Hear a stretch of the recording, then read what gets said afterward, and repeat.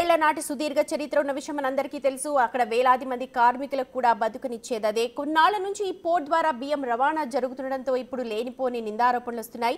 మరి ముఖ్యంగా కాకినాడ పోర్ట్ అంటేనే రేషన్ బియ్యంకు అక్రమ రవాణాకు అడ్డగా మారిపోయింది. మరి ఇదే అంశంపై కాకినాడ పోర్ట్ కార్మికులు ఏమంటున్నారో ఒకసారి చూద్దాం. Big TV exclusive report.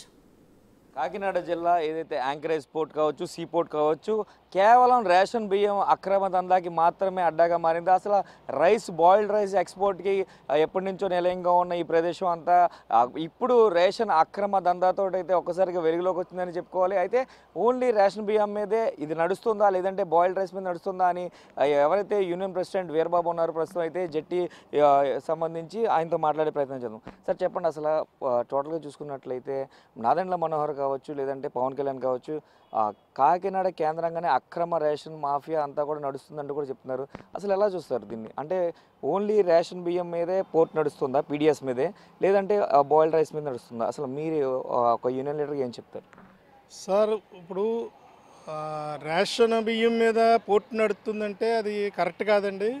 ఎందుకంటే 95లో ఈ పోర్టుకి రైసు ఎక్స్పోర్ట్ స్టార్ట్ అయ్యింది.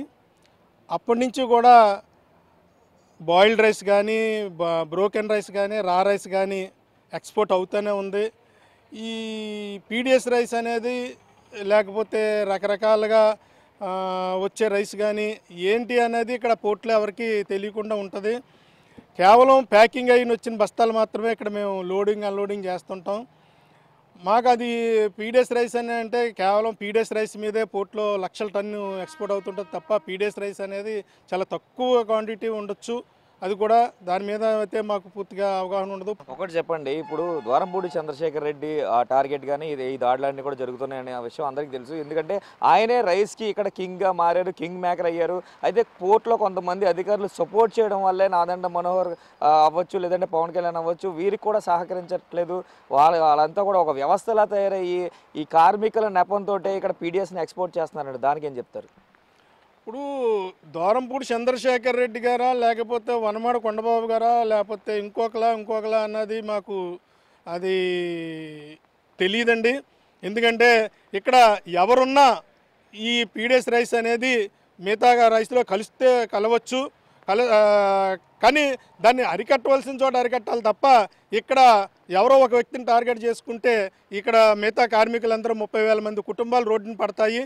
అయితే ఒక విషయం చెప్పండి ఫైనల్గా, ఇప్పుడు పోర్ట్లో ఈ కొత్త ప్రభుత్వం, కూటమి ప్రభుత్వం ఏర్పడిన తర్వాత తీసుకున్న యాక్షన్స్కి ఏదైనా మీరు వ్యాపార పరంగా నష్టపోయారా? నష్టపోతే ఎంత నష్టపోయారు, ఎలా నష్టపోయారు?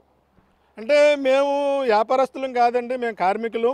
మేము కార్మిక పరంగా మేము ఏంటంటే ఈ చెక్ పోస్టులు పెట్టడం మూలంగా మేము మా వాళ్ళు ఒక రోజుకి ఒక 800-900 రూపాయలు సంపాదించుకుంటారు. పొద్దున 9 గంటలకి మొదలెడితే రాత్రి 7-8 గంటలకి కంప్లీట్ అవుతుంది ఒక బార్జీ లోడింగ్ అన్లోడింగ్. కానీ ఒక బార్జీకి లోడింగ్ అన్లోడింగ్ చేయాలంటే 150 మంది కార్మికులు పనిచేస్తున్నాయి, కానీ ఒక బార్జీ లోడింగ్ అన్లోడింగ్ అవ్వదు.